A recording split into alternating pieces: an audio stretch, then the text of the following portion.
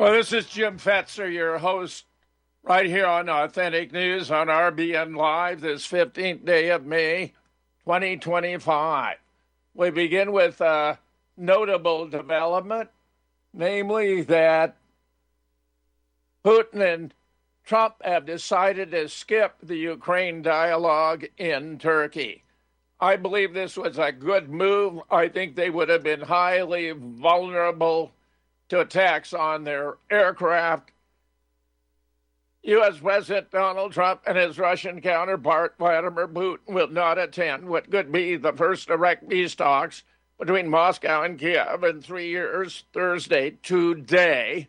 The Kremlin sending instead a group of experienced technocrats.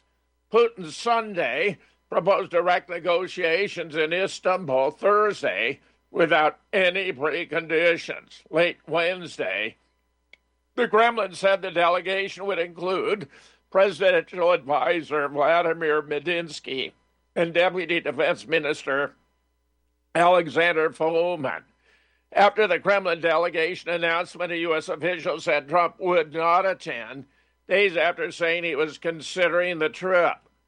While Putin never confirmed he would attend in person, the absence of the Russian and U.S. president lowers expectations for a major breakthrough in the war Russia began in 2022, which began in 2014 with a maiden coup initiated by the United States under Secretary of State Victoria Nuland, using $5 billion in American taxpayer dollars to overthrow the democratically elected president of Ukraine and install Western puppet of whom Zelensky is the successor. Meanwhile, a no-fly zone over Kabistan Yar has gone into effect. This is a location from which the Oreshnik missile is fired. Remember, this fantastic weapon of war has 6 pods, each of which have 6 warheads. 6 times 6, 36 warheads from a single missile. Absolutely stunning stuff. It could take out vast areas. The no-fly zone coincides with the end of Russia's 3-day ceasefire in honor of Victory Day, the 80th anniversary of victory over the Nazis in World War II. Ukraine refused to honor the ceasefire, attacking Russian positions upwards of 15,000 times during the Russian-declared ceasefire. 15,000 times. Whether the no-fly is for Oreshnik launched against Ukraine is not known. I declare that's what's going on. What is known is that no missile defense system on Earth is capable of shooting down an Oreshnik. The speed of the missile, some say 6,700 miles an hour, and multiple warheads make it an unstoppable weapon system. So what does Hal Turner think? The image below, so what was left of a very large Ukrainian weapon factory after a hit? The kinetic energy of the warhead traveling so fast destroyed the entire structure down to the sub-basements. I believe the call is going to be made on the basis of the exchanges taking place in Istanbul, where Zelensky is unlikely to make any concessions. As I may have reported yesterday, Trump slammed the neocons and nation builders in his Saudi speech. It's crucial for the world to know this great transformation, he's talking about Saudi Arabia, has not come from Western interventionists or flying people in beautiful planes giving you lectures on how to live and how to govern your own affairs. In the end, the so-called nation builders wrecked far more nations than they built, and the interventionists were intervening in complex societies they did not even understand themselves. I believe this is indicative of Trump returning to his non-interventionist policy, foreign policy on which he campaigned before he was elected, now that he appears to have shaken off the control that Bibi Netanyahu had been handling exerting upon him where he appeared to be no more than a puppet. In the meanwhile, we have Trump accepting or planning to accept a super luxury liner from Qatar, supposed to be used as Air Force One. This is a very, very bad idea. ABC News has reported President Trump is about to accept a super luxury Boeing jumbo jet from the royal family of Qatar to be used as a new Air Force One and then be transferred to the Trump Presidential Library Foundation when he leaves office. This is rather stunning. Some would say it's a form of bribery on an unprecedented scale. Meanwhile, Qatar's luxury jet donation poses significant security risks, experts say. The Trump admin plan to accept a luxury jet donated by the Qatar government to be used as Air Force One raises significant security concerns, intel experts and government officials say, as President Trump said it would be stupid not to accept a free plane. Trump on Monday defended the admin plan to receive the luxury jet donated by the Qatari government during remarks at the White House, calling the donation a very nice gesture. I would never be one to turn down that kind of an offer. I mean, I could be a stupid person and say, no, we don't want a free, very expensive airplane, but I thought it was a great gesture. But look, it's obviously a violation of the Emoluments Clause, not accepting gifts by government officials in relation to entities over which they're making decisions.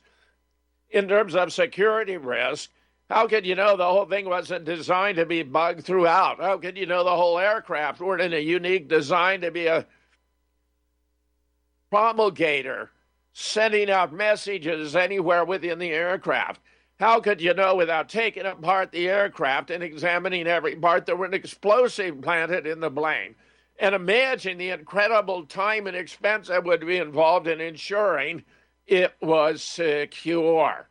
I think this was a very bad idea, and it was a stupid thing to accept, and he oughtn't to do it. Let's hope we're going to get a reversal on that one. Meanwhile, Israel attacks Yemen's Hadith port, the Interior Minister reports. According to the Houthi Interior Minister, Israel has carried out an attack against the key port of Hodai. Israel issued an evacuation order for multiple ports along the coast Sunday, with a social media post claiming the ports were being used for terrorist activities. How can they be terrorist activities when they declared war against Israel? They're acting in accordance with international laws of war. Even the United Nations has confirmed. But, of course, the Israelis will lie after lie after lie, and here you have it once again. Details about the attack still aren't clear, as Israel hasn't commented on the strike, and the Houthi-run state media denied earlier there'd been any attack. Later, however, Tuesday, the Houthis retaliated by firing a ballistic missile at central Israel. The alarm sounded and sent over 1 million Israelis to shelters. Ben Gurion Airport also temporarily halted all flights over the threat, though the missile itself was intercepted. Meanwhile, Israel has launched 9 bunker-busting missiles at Gaza's European hospital. When those bunker busters were sent to Israel, although the common interpretation was they were intended for use against Iran, I explained it was not my belief, but rather they would be used in Gaza. Remember, Hamas has a vast underground tunnel network. What you would need to take it out are buster bunking bombs. And that's exactly what's going on now. Get this. Israeli security officials stated Tel Aviv launched 9 9 bunker-busting missiles into and around the courtyard of southern Gaza's European hospital near Khan Yunis on Tuesday. At least 28 have been killed, 70 wounded, including a journalist hit with shrapnel. Namir Zayeda Bomofsa, a medical student living in a house near the hospital, posted on social media describing the terror of the attack. My heart almost stopped. A continuous belt of fire. We start running from one corner to another, shouting at each other to gather in one place. Could not feel my ears from the force of the successive explosions. The fire of the bombs lit up everywhere, even though it was not night. The Washington Post reported the hospital, one of Gaza's largest, has frequently housed displaced Palestinians, along with patients and staff, over the course of the war. It was knocked out of service in July after the Israeli military ordered its evacuation, then reopened in August with the help of PalMed Europe, a Paris-based nonprofit of Palestinian doctors.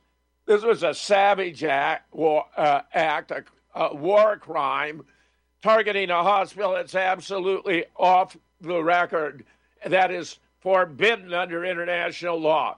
Schools, libraries, mosques, churches, synagogues, all not permitted to be targets of attack in warfare. Meanwhile, the World Health Organization, announces the risk of massive starvation, the permanent impact of hunger on a generation of Gazans. Malnutrition rates are rising in Gaza. Emergency treatments to counter are running out. Hunger could have a lasting impact on an entire generation, a World Health Organization official said Tuesday.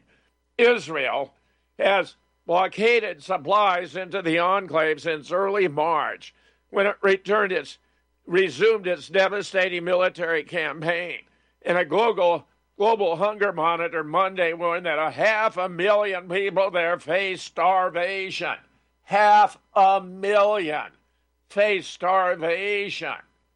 Meanwhile, Israeli cabinet approves de facto annexation of a large portion of the West Bank. The Israeli Security Cabinet approved a resolution to give Tel Aviv full control over Area C of the West Bank. Finance Minister Bezalel Smotrich touted the decision as a de facto annexation of over half of the West Bank. On Tuesday, the Israeli cabinet gave Smotrich the authority to reclassify portions of Area C, which makes up 60% of the West Bank, as state land. As part of the normalization and de facto sovereignty revolution we're leading, the cabinet has approved an historic decision. For the first time, Israel is taking sovereign responsibility for the territory in launching formal land registration, Smotrich explained. This will provide legal certainty, support settlement expansion, block the PA takeover efforts, and eliminate the threat of a Palestinian terror state. Yes, of course, by definition, any Palestinian state would be a terror state. However, Netanyahu has lashed out after Macron after French criticism of the Gaza siege. Prime Minister Netanyahu Wednesday charged French President Emmanuel Macron with blood libel after siding with Hamas after the French leader denounced Israel's siege of Gaza as shameful, as indeed it is. Macron has once again chosen to side with a murderous Islamic terrorist organization and echo its despicable propaganda, accusing Israel of blood libel, the Prime Minister's office said in a statement. But the murderous Jewish terrorist organization, the State of Israel, is the one promulgating the despicable propaganda. It's refreshing to see Macron speak out. Moreover, he is not alone. The Spanish premier has called Israel a genocidal state, saying Spain does not do business with it. The Spanish Prime Minister Wednesday described Israel as a genocidal state and said Spain does not do business with such a country, making his strongest language yet on the issue. During a parliamentary question and answer session in Madrid, Pedro Sanchez responded to criticism from Gabriel Rufián, a Catalan member of parliament, who accused the socialist leader of maintaining trade ties with Israel despite the Gaza war. I want to make one thing clear here, Mr. Rufián. We do not do business with a genocidal state. We do not, Sanchez stressed. I believe the other day from this platform I explained precisely what we were talking about when things were mentioned that do not correspond to the truth. According to local media, it was the first time Sanchez publicly used the term genocidal state, a phrase frequently employed by his far-left coalition partner, Sumar. Good for them both. Meanwhile, Kevin Barrett, should Israel not be declared a terrorist entity? No doubt about it. The whole notion of terrorism really ought to be retired. Invented to describe state violence at the time of the French Revolution. The term now oscillates nonsensically between two definitions. First, political violence against civilians, and second, the behavior of people we really don't like. But before we relinquish the word terrorism and teach AI to never, ever allow anyone to use it, even if the whole universe were at stake, let's get some positive mileage out of it. Let's use it to stop a genocide. How? By declaring Israel a terrorist entity. I could not agree more. Meanwhile, New York Times reports Trump ended his attacks on the Houthis after they proved too much to handle. The expense ran about $1 billion. They were being resilient. We'd struck them 1,000 times without success. They were still going strong. Meanwhile, sudden ceasefire with Pakistan angers hardline Indians who call it a surrender in slow motion. More. New Delhi. Many in India expressed relief after a sudden ceasefire was announced between India and Pakistan on May 10th, bringing a welcome halt to 4 days of escalating hostilities between the two nuclear-armed neighbors, marked by shellings, drone attacks, and even tit-for-tat missile launches. But as the guns on the border fell silent, a brigade of angry and disappointed Indians emerged to maintain an attack. Eleanor Rigby picks up the rice in the church where a wedding has been. Lives in a dream, waits at the window, wearing the face that she keeps in a jar by the door. Who is it for? All the lonely people. Tehebo Tea Club's original Pure Pouty Arco.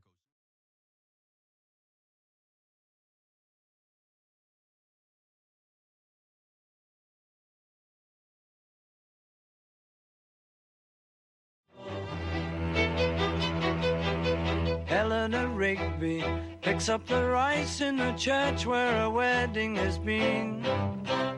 Lives in a dream, waits at the window, wearing the face that she keeps in a jar by the door. Who is it for? All the lonely people. Where do they all come from?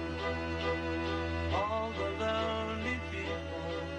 Where do they all be? Here's a disturbing report. Asian countries are ditching the U.S. dollar for international trade. ASEAN members are now increasing the use of local currency transaction and pushing for better regional payment connectivity. This global shift, known as de-dollarization, is driven by various economic, political, and strategic factors. Here's another story about ASEAN, which is this ASEAN members have agreed to increase the use of local. The 42nd ASEAN Summit, held in Labuan Bajo, Indonesia, signed an agreement to push for better regional payment connectivities. The U.S. dollar has been king for global trade for decades. This is not because the U.S. is the world's largest economy, but because oil and most commodities are priced in U.S. dollars. However, since the Fed embarked on its aggressive interest rate hike strategy, central banks of developing countries have been forced to raise their own interest rates to stem the sharp depreciation in their currency. They don't like it. We've abused it. All the sanctions that we have imposed on other countries, especially Russia, have shaken confidence in the international currency and exchange institutions such as SWIFT, because now foreign countries see, wow, if you upset the United States politically, you may have a steep price to pay economically. So they're finding refuge through the BRICS and alternatives. Meanwhile, Tulsi, who seemed to me to be doing her job very well, fires top two deep state officials from the National Intelligence Council after their radical opposition to President Trump is revealed. The Trump admin continues to drain the deep state rot deep from within the government. As Fox Now reports, Director of National Intelligence Tulsi Gabbard Tuesday fired the top two officials on the National Intelligence Council, often whistleblowers revealed they were radically opposed to President Trump. The two officials in question are Mike Collins, serving as acting chief of the National Intelligence Council, and his deputy, Maria Langan-Rikoff. Trump officials told Fox Collins had several whistleblower complaints against him for anti-Trump bias and undermining the Trump administration. Moreover, Collins has close ties with former CIA deputy director and Spies Who Lie leader Michael Morrell. As Gateway pundit readers know, Morrell organized a letter along with 51 other former spooks claiming the Hunter Biden laptop had all the classic earmarks of a Russian disinformation operation. He did this to give Joe Biden a talking point ahead of a debate against Trump. It was disgusting then. It's disgusting now. I like what Tulsi is doing. Meanwhile, Mega needed this. Matt Gaetz' explosive war room appearance. Matt Gaetz' appearance on Steve Bannon's War Room wasn't just another round of hot takes. It was a full-blown roadmap of a power struggle shaping 2024. From the weaponized judiciary to deep state foreign entanglement to Trump's next generation America First strategy, Gaetz walked viewers through a landmine of deep state bombs and explained what's really going on behind the curtain. This wasn't about sound bites. This was about stakes. And the message was clear. The globalist regime is hanging on by a thread, and they know it. Forget endless wars. Gaetz breaks down how Trump flipped the neocon script in the Middle East and why 2025 won't be about Baghdad bloc captains, but deals, deterrence, and keeping China out of our backyard. Excellent. Here's part. Listen to this. So you believe with President Trump, this is for our non-interventionists. This is the way you do. This is how you do it. By the way, look at how we got out of this thing with the Houthis. Okay, all of the neocons wanted the Houthi deal to draw us into some big war with Iran, which is their fever dream. And Trump brilliantly played a little fire and ice there and resolved that on the best possible terms for the United States. And now he's able to take the victory lap and say, look, I'm not here to be the block captain of Baghdad.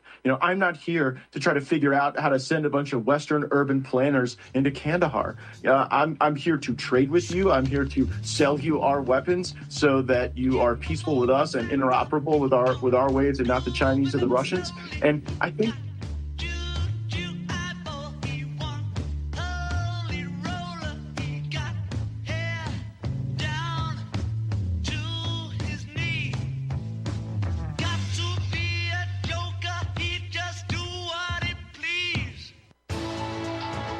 You are tuned in to the Republic Broadcasting Network. Visit our website by going to republicbroadcasting.org.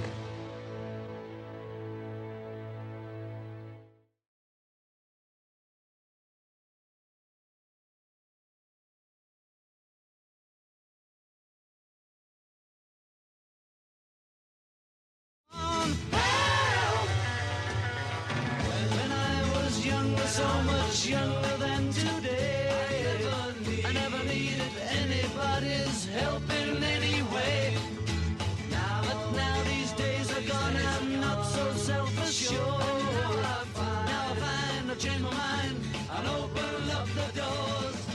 Help me if you can, I'm feeling down. More good news. Trump bold plan slashes drug prices by 80%. President Trump just dropped a bombshell plan to slash drug prices by up to 80% and make Big Pharma play fair. That would be quite a development. On Monday, he'll sign an executive order forcing Medicare to pay only what other countries do for some drugs, no more getting ripped off, while foreigners pay less for exactly the same medicine. This isn't just talk. Trump's targeting the heart of the problem. For years, greedy drug companies blamed high prices on research costs, laughing all the way to the bank. Not anymore. The president's new rules will use Medicare's massive buying power to demand fair deals. Get ready for real savings. Medicare payments for cancer treatment and other drugs will be standardized so hospitals and clinics charge the same rate. That could save up to 60% on some life-saving medications. Seniors and working families finally get relief from sky-high pharmacy bills. Excellent. More. Trump cutting yet another $450 million in federal funds from Harvard. I don't like this one. This is bad. Harvard is about to lose another massive amount of funding due to their ongoing issues with Jew hatred on campus. Now, that's a false report. It's not Jew hatred. It's opposition to genocide. And it's embarrassing that the gateway pundit should be indulging in propaganda, Zionist propaganda of that character. I'm embarrassed. Instead of acknowledging the problem and admitting Trump is right, because he isn't right, the school has decided to listen to idiots on the left who don't want them to go full, who want them to go full anti-Trump resistance. This has to do with academic freedom and freedom of speech. It's not anti-Trump. It's pro-First Amendment. Doesn't matter how big their endowment. This is a battle they cannot win. All I had to do was shut down the insane Free Palestine mob on campus, and they just couldn't do it. Now it's going to cost them greatly again. Let me see who wrote this one. A guy named Mike LaChance. Bad. Mike LaChance. Bad. That was a propaganda piece. Pro-Zionist, pro-Israel, anti-freedom of speech, anti-genocide protest. Unbelievable. Meanwhile, Harvard joining colleges, moving to self-fund some research to offset federal funding cuts. Washington. Harvard is putting up $250 million of its own money to continue research efforts amid a federal funding freeze imposed by the Trump admin, but the school president warns of difficult decisions and sacrifices to come. The university joins a growing number of colleges moving to self-fund research as a way to compensate for at least some of the money lost to federal funding cuts. Johns Hopkins has started offering grants of up to $150,000 a year to faculty facing unexpected federal research funding disruptions. Northwestern sets covering the cost of research projects that received stop work orders from the federal government in April. In a campus message Wednesday, Harvard President Alan Garber laid out a plan to maintain some research operations affected by the university's loss of more than $2.6 billion in grants. Harvard has been fighting the government in court over these cuts, and properly, exactly rightly. Meanwhile, it took a bunch of South African refugees to fully expose the left's hatred for whites. There's something to this. There's a refugee crisis unfolding right now that should have every decent American up in arms. Families are fleeing violence, discrimination, land thefts, and open calls for genocide. They're showing up with nothing but their dignity, faith, and worth ethic. They're not demanding handouts. They're not burning flags. They're not waving foreign ones. They're simply trying to survive and build something new somewhere safe. But here's the kicker. They're white. And just like that, everything changes. White South African farmers are being hunted in broad daylight. Their land is being seized. Their families are under constant threat. Based upon this, President Trump has granted white South African farmers asylum. He explains why he's granting asylum. This is the right thing to do. Because they're being killed, and we don't want to see people be killed. Now, South Africa leadership is coming to see me, I understand, sometime next week. And, we're supposed to have a G20 meeting there or something. But we're having a G20 meeting. I don't know how we can go unless that situation's taken care of. But it's a genocide that's taking place that you people don't want to write about. But it's a terrible thing that's taking place. And farmers are being killed. They happen to be white. But whether they're white or black makes no difference to me. But white farmers are being brutally killed, and their land is being confiscated in South Africa. And the newspapers and the media, television media, doesn't even talk about it. If it were the other way around, they'd talk about it. That would be the only story they'd talk about. And I don't care who they are. I don't care about their race, their color. I don't care about their height, their weight. I don't care about anything. I just know that what's happening is terrible. I have people that live in South Africa. They say it's a terrible situation taking place. So we've essentially extended citizenship to those people to escape from that violence and come here. I think that's a very appropriate use of immigration for a bona fide purpose. They're being slaughtered down in South Africa. These are the very people who made South Africa great, successful, and prosperous.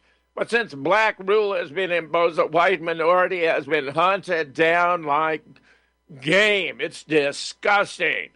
Meanwhile, O'Keefe Media Group releases first ever footage from inside Epstein's private island mansion.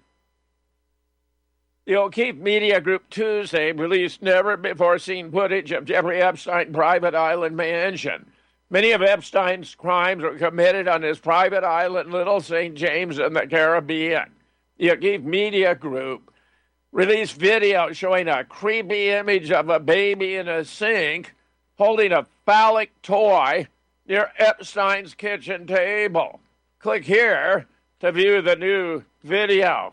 We're not going to watch it here and now, but the links are in the stories. Check it out. Much more. Here we have Joaquin Agopian. This is Virginia Guthrie's tragic death, suicide or murder, part 4. Frankly, I don't think there's any doubt about it. What we've been told versus what a growing number suspect is a disconcerting conflict that can only be resolved by ferreting out the truth, no matter what. With Virginia Guthrie's life ending on April 25th at age 41, she previously stated publicly she would not ever commit suicide.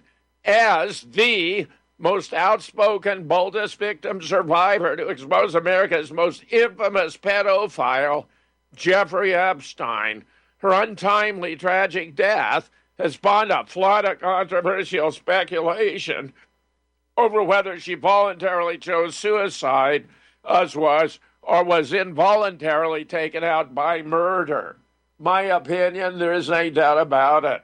She declared she would never have committed suicide. She was tough. She was resilient. She would never have committed suicide.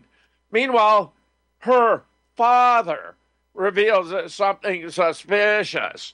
The world was shocked 2 weeks ago at the news of Virginia Guthrie's death. It happened right as we were all expecting the Epstein files to finally be released. Guthrie was the most vocal of all of Epstein's child slavery victims, and almost no one believes she actually committed suicide. Virginia's father, Sky Roberts, remember her name was Virginia Roberts and Guthrie, is among those calling BS on the suicide narrative. He's all now publicly coming out and saying someone got to her. In his first interview since her death, Roberts says his daughter cut off contact with him because he was trying to protect him from being killed himself by the global elites whom Epstein had trafficked, to whom Epstein had trafficked her. She was trying to protect. Meanwhile, breaking from Epstein documents, victim describes how Prince Andrew grabbed her breast. Epstein brags about taking girls' virginity. The girl by the pool. Judge Loretta Preska Wednesday confirmed the first name from Jeffrey Epstein client list of over 150 would be released on Wednesday. A cache of documents was unsecured Wednesday evening. The explosive documents reveal, according to a witness, Jeffrey Epstein bragged about taking a young girl's virginity. What else? What else is new? These were young girls. They were, virtually every one of them was, in fact, a virgin. Meanwhile, Sean Diddy Combs' sex trafficking trial, the Cassie Ventura testimony. In the second day of the high-profile sex trafficking trial of rap mogul Sean Diddy Combs, all eyes are fixated on an 8-month pregnant Cassie Ventura. She's the woman who deflagrated all these process with her civil lawsuit against Diddy, who settled out of court in 24 hours. She's also the woman the whole world saw being beaten and kicked by Diddy on security footage from a hotel lobby, images that appear near impossible to refute. The prosecution, in their opening statements, presented the defendant as a larger-than-life figure and leader of a criminal enterprise using violence and threats to sexually exploit women. No doubt about it. He was a black Jeffrey Epstein. Meanwhile, the National Democratic Party has voided David Hogg's election as the party vice chair. A Democratic National Committee panel voted to void its election of David Hogg as vice chair on Monday. The vote comes after mounting criticism of Hogg. The party officials say the vote was based on a procedural challenge made in February, claiming Hogg and another official were improperly elected. That was not the reason. Here you have it. David Hogg claimed the DNC spent $2 billion to hide Joe Biden's cognitive decline. And that was the reason he was removed. What's a story you just can't make up? Young David Hogg, activist turned DNC official, always seemed to have a knack for grabbing headline, didn't he? After rocketing into the DNC, it wasn't long before whispers began, shall we say, ambitious plans. Rumors swirled of him leveraging his newfound perch for aggressive fundraising. Some even suggested he was eyeing primary challenges against established, safe Democrats. Talk about rocking the boat from the inside. But it seems the DNC establishment, not exactly known for its love of loose cannons, started to get tired of their wonderkind's antics. And then, in a moment that must have set DNC strategists scrambling for the antacid, Hogg went on Bill Maher's show and let slip a doozy. He candidly admitted the Democrats torched around $2 billion trying to convince Americans not to believe their own eyes about then President Biden's cognitive state and the disastrous economy. If you tell people not to believe their eyes or their wallets, you're going to lose them, Hogg confessed, seemingly oblivious to the firestorm he was igniting. You could almost hear a collective gasp from party headquarters. Well, it appears young Mr. Hogg might have talked himself right out of a job, or at least into brand new DNC hot water.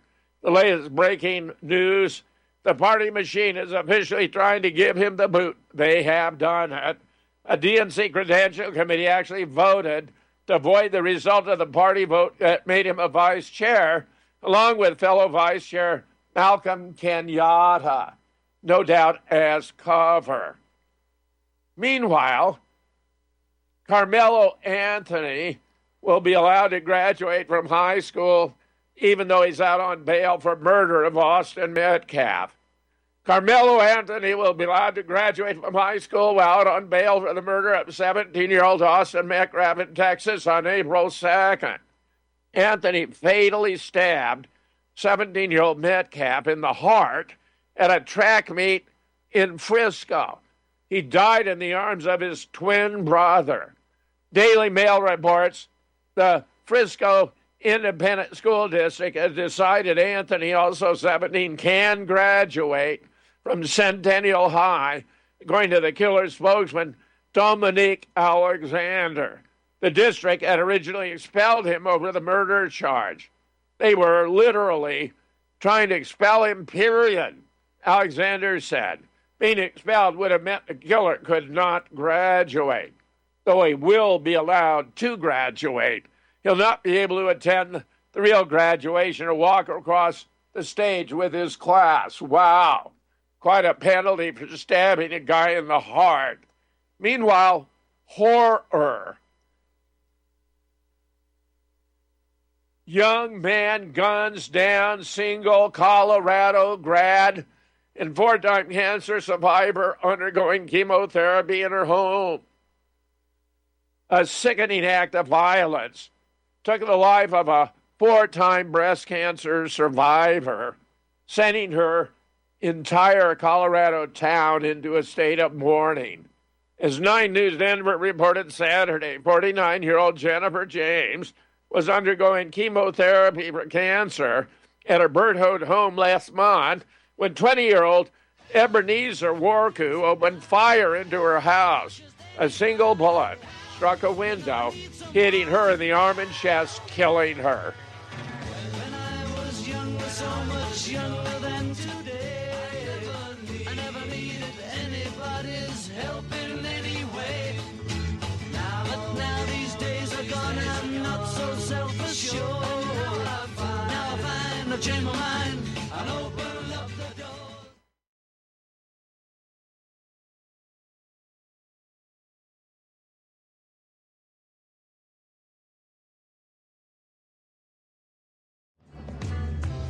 Didn't notice that the lights had changed. A crowd of people stood and stared. They'd seen his face before. Nobody was really sure if he was from the House of Lords. I saw a film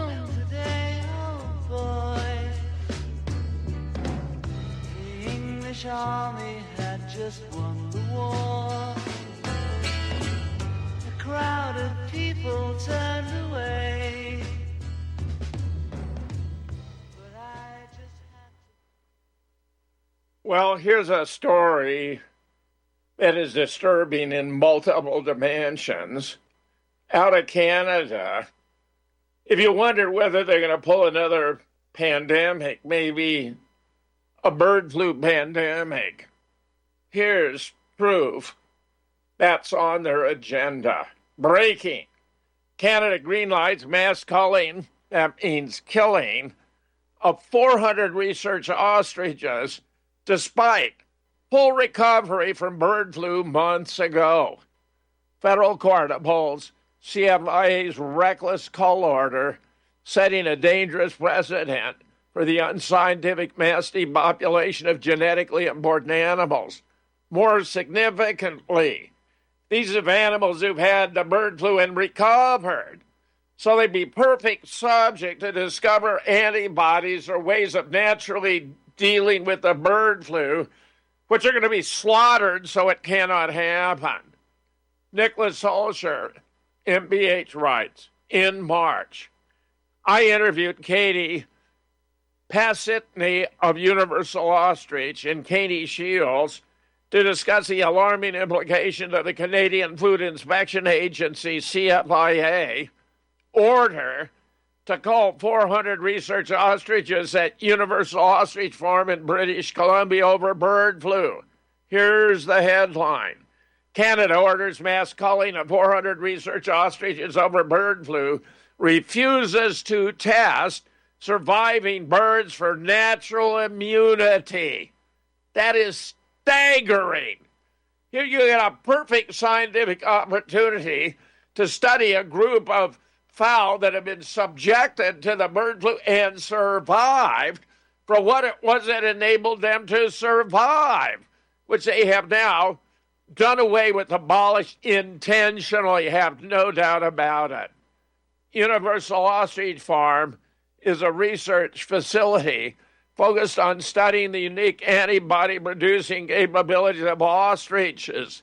Their research has demonstrated potential in neutralizing viruses, bacteria, even COVID-19, making it an important contribution to medical science. But if you want to bring about a pandemic, you don't want people to know about cures. You want to suppress a discovery, just as they did with ivermectin and HCQ. In December 2024, the CFIA claimed that 2 deceased ostriches, which had been lying outside for 16 hours, tested positive for H5N1 via PCR testing, which we know is flawed. Just 41 minutes after receiving the results, the CIF signed an order to collar the entire flock.